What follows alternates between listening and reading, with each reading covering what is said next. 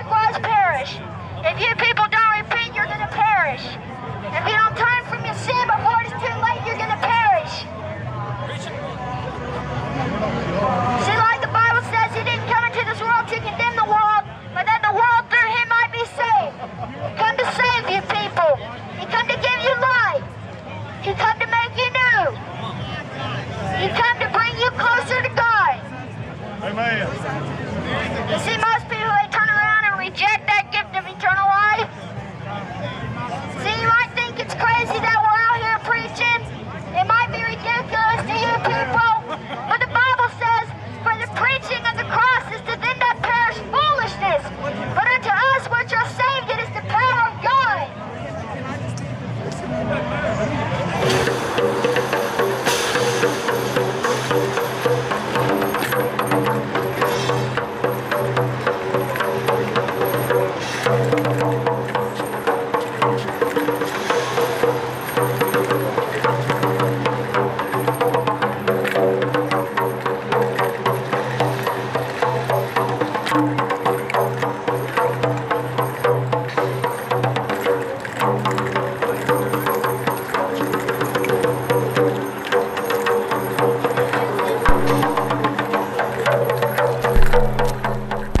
Nicholas Westbrook, Ballston Spa High School.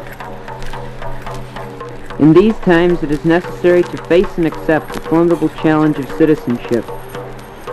To be a citizen in name only leads to a weak nation. A true democracy must be of and by the people as well as for them.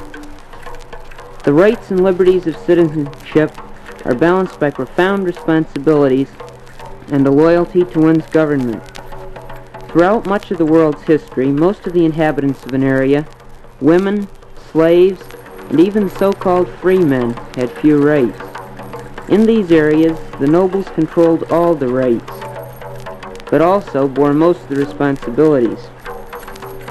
Our founding fathers established this nation upon the concept of equal citizenship for all free men. No man differed in his rights or in his duties to his government. Later, this idea was interpreted to include men and women, colored and white. All of us are on the receiving end of citizenship, being nominal citizens by virtue of birth or naturalization. But to be citizens in the true sense of the word, we must examine ourselves and determine the extent to which we meet the obligations of citizenship. Perhaps the most important way to accept this challenge is for each of us to be strong, living by a good moral code. Beyond personal strength comes strength through teamwork. A nation cannot be great if its citizens do not practice teamwork and cooperate by obeying laws adopted for the good of all. Working cheerfully with others in civic activities and accepting leadership when called upon can help an individual become a better citizen. Jury duty should be accepted. One should run for public office if qualified. One should express opinions by speaking up in public debates and by voting.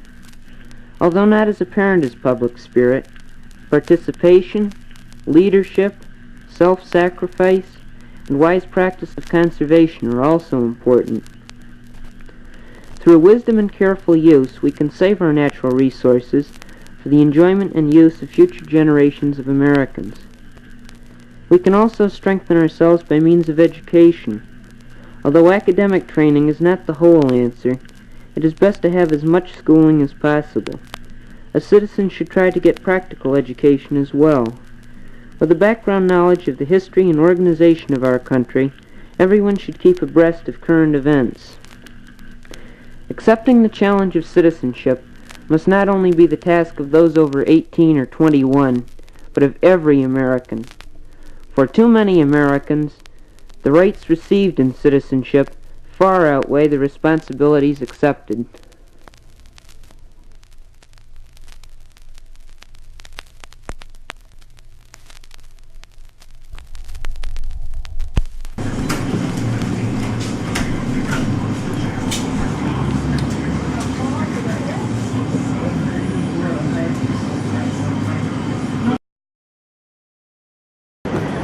Go ahead.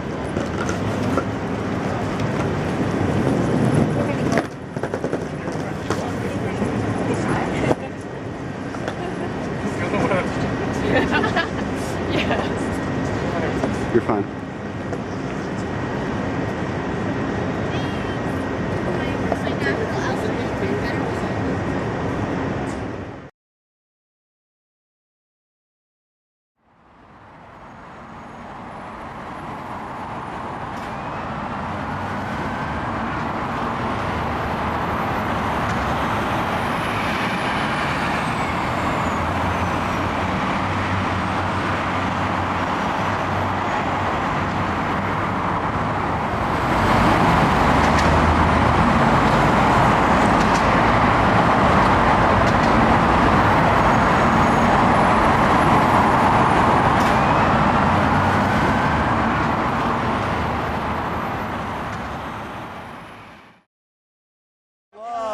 At the same time. He loves enough, he loved the whole world, enough to send his only begotten Son, that whosoever believeth in him should not perish, but have everlasting life. But yet he hates sinners. He hates all workers of iniquity.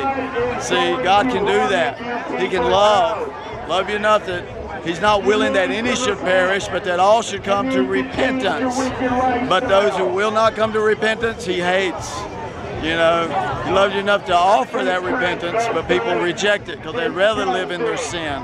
And therefore, they choose the hatred of God, because the hatred of God is on sin. The cross is a perfect picture of the hatred of God towards sin. It's kind of like old school, old roots. They all kind of, they believe what their parents told them to believe. And that's what I think.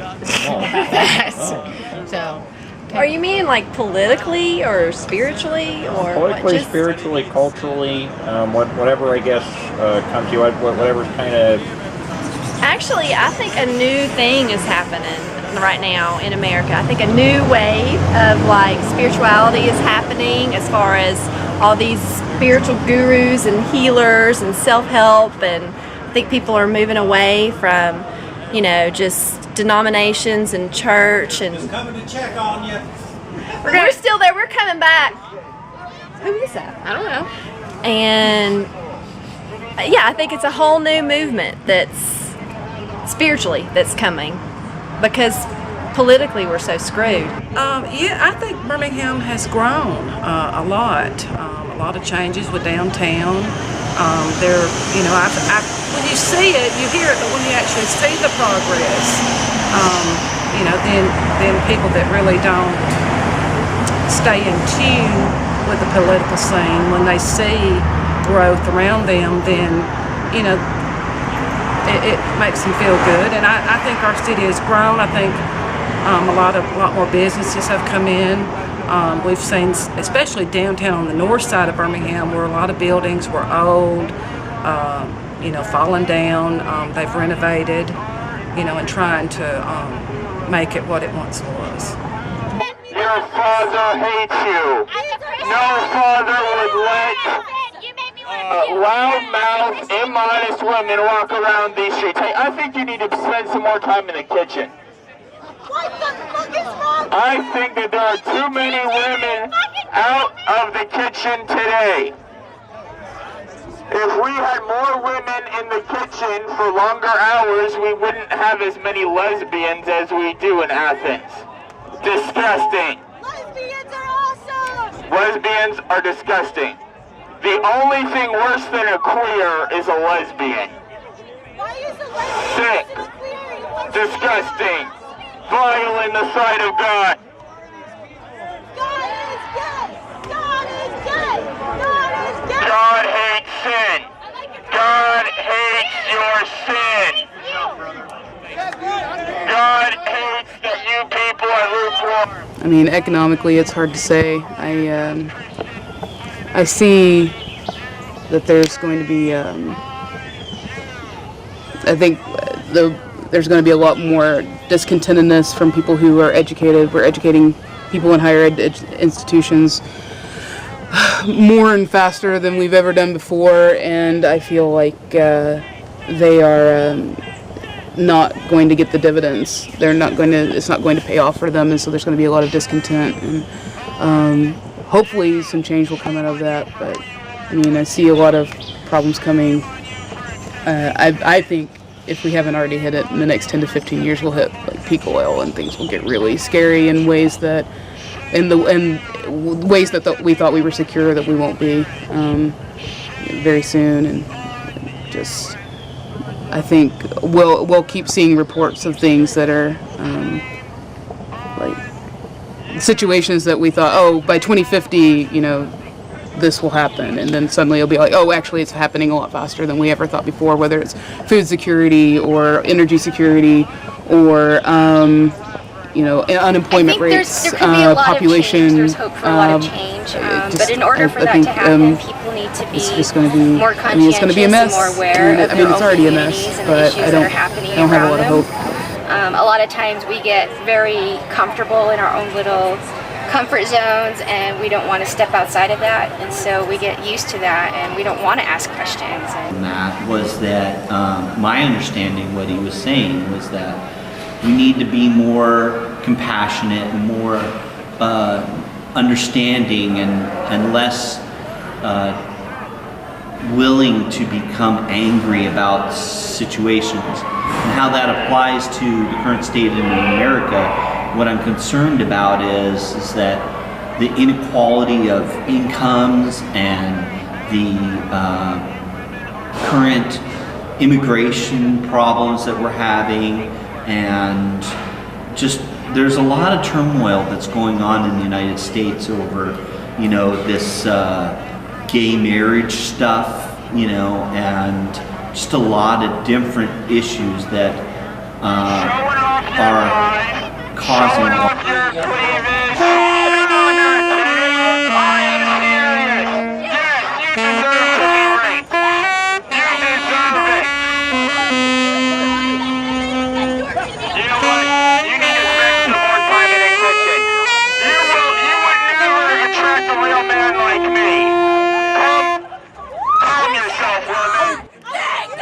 Follow me, my brother. He's doing good. Shame on you, Athens. Shame on you for exposing your lies. Shame on you for revealing your cleavage. Shame on you for watching pornography. Shame on you for having premarital sex. Shame on you for being a lesbo. Shame on you for being a butch dyke. Shame on you. Shame on you. Shame on you for believing evolution. Shame on you for being Catholic. Shame on you for being Mormon. Shame on you. Shame on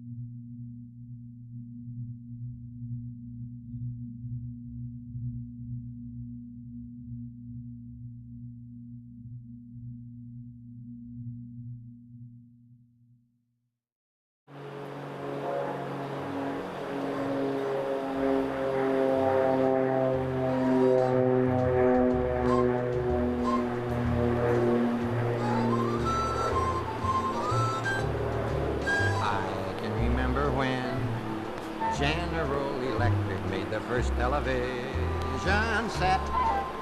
I recollect the year.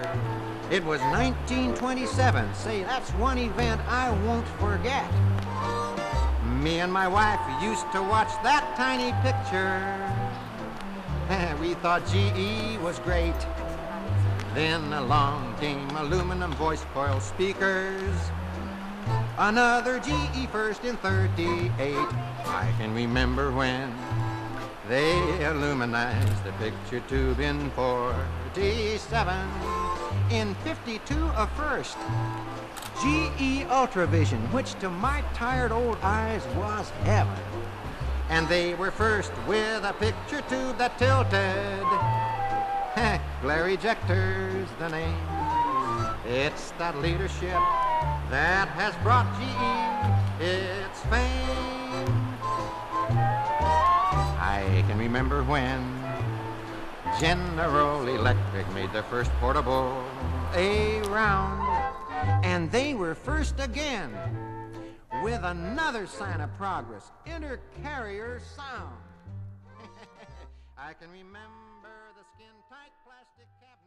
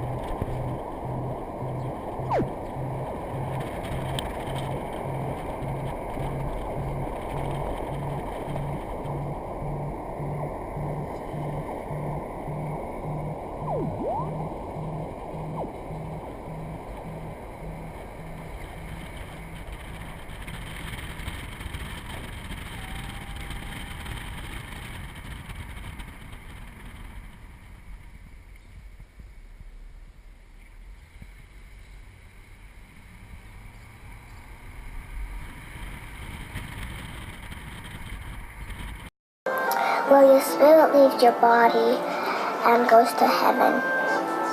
Goes back to Heavenly Father. But I hope Jet is up there. Or the little dog Jet that we just gave away. My spirit goes up to heaven. What happens to your body?